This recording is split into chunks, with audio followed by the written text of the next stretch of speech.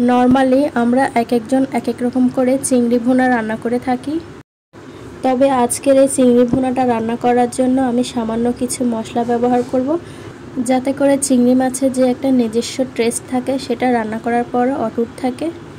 আশা করি আমার আজকের রেসিপিটি আপনাদের কাছে ভালো লাগবে। হ্যালো সবাইকে, আসসালামু আলাইকুম। কেমন আছেন সবাই? আই হোপ আল্লাহর রহমতে সবাই অনেক ভালো আছেন। আলহামদুলিল্লাহ, আমরা আপনাদের দোয়ায় ও ভালোবাসায় অনেক ভালো আছি। চলে আসলাম আপনাদের মাঝে আরও একটি নতুন ভিডিও নিয়ে। আশা করছি আমার আজকের ভিডিওটি আপনাদের কাছে ভালো লাগবে।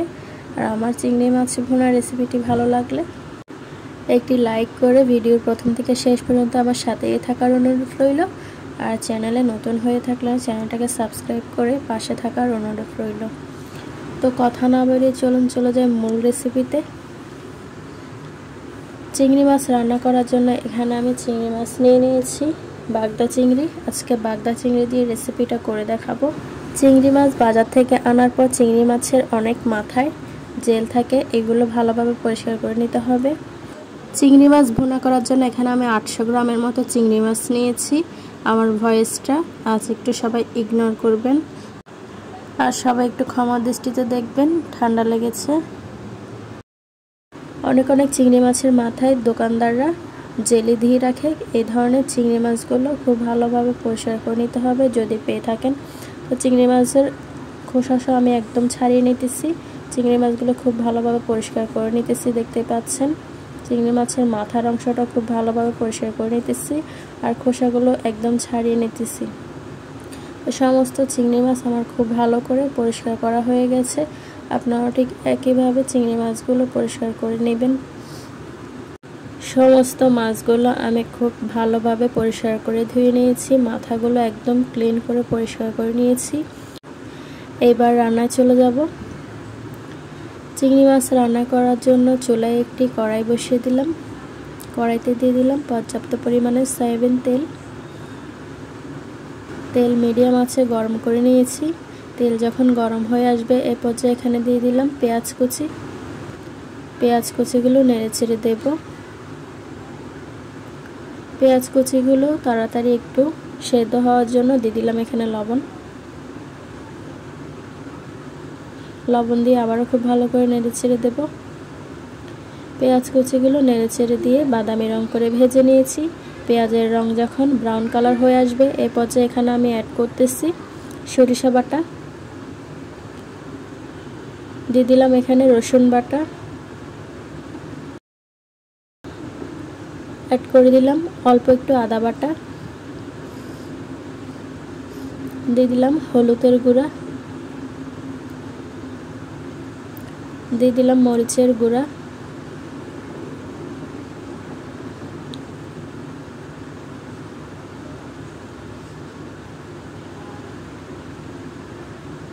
দিয়ে দিলাম এখানে ধনিয়ার গুঁড়া। এ পর্যায়ে সমস্ত মশলা খুব ভালো করে নেড়েচেড়ে দেব।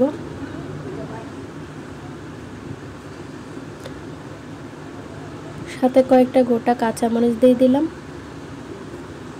মশলাটা যাতে পুড়ে না যায় সামান্য পানি অ্যাড করে দিলাম। পানি দেওয়ার পর আরও একবার খুব ভালো করে নেড়েচেড়ে দেব মশলাটা খুব ভালো করে নেড়েচেড়ে দিয়েছি। এই পর্যায়ে মশলাটা খুব ভালো করে নেড়েচেড়ে দিয়ে বেশ কিছুক্ষণ কষিয়ে নেব। মশলাটা খুব ভালো করে কষানো হয়ে গেছে, মশলার গায়ে থেকে তেল ছেড়ে গেছে।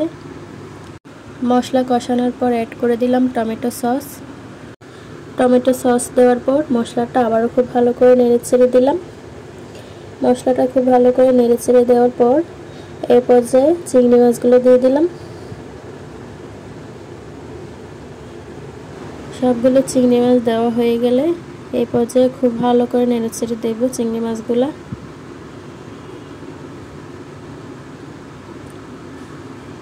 চিংড়ি মাছগুলো আমি খুব ভালো করে নেড়েচেড়ে দিয়েছি। এই পর্যায়ে কিছুক্ষণ কষিয়ে নেব চিংড়ি মাছগুলো।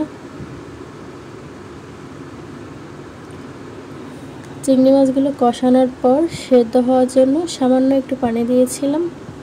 সবশেষে ফ্লেভারের জন্য উপর দিয়ে ধনেপাতা কুচি দিয়ে দিলাম। এই পর্যায়ে 10 মিনিটের মতো কুক করে নেব। ফিরে আসছি 10 মিনিট পর। ফিরে এলাম 10 মিনিট পর। রান্নাটা হয়ে গেছে, এখন আমি নামিয়ে সার্ভ করে দেখিয়ে দিচ্ছি কেমন হয়েছে। চিংড়ি মাছটা আমি নামিয়ে সার্ভ করে নিয়েছি। দেখতেই পাচ্ছেন এটা কত লোভনীয় হয়েছে। আমাদের চট্টগ্রামে বিয়ে বাড়িতে যে কোনো অনুষ্ঠান বাড়িতে এরকম করে চিংড়ি মাছটা রান্না করে থাকে। আমি আজকে ঘরোয়া মশলায় রান্না করে দেখালাম। তো রেসিপিটা কেমন লাগছে কমেন্ট করে অবশ্যই জানাবেন। ভালো লাগলে একটি লাইক অবশ্যই দেবেন। কিছুদিন আগেও অনুষ্ঠান বাড়িতে এইরকম করে চিংড়ি মাছ ভুনাটা খেয়ে এসেছিলাম। খেতে কিন্তু বেশ মজা হয়েছিল, আর এই রান্নাটাও কিন্তু খেতে অনেক বেশি মজা হয়েছে। তো আজকের ভিডিওটা এই পর্যন্ত। সবাই ভালো থাকবেন, সুস্থ থাকবেন, সবাই সবার জন্য মন থেকে দোয়া করবেন। আল্লাহ হাফেজ সবাইকে।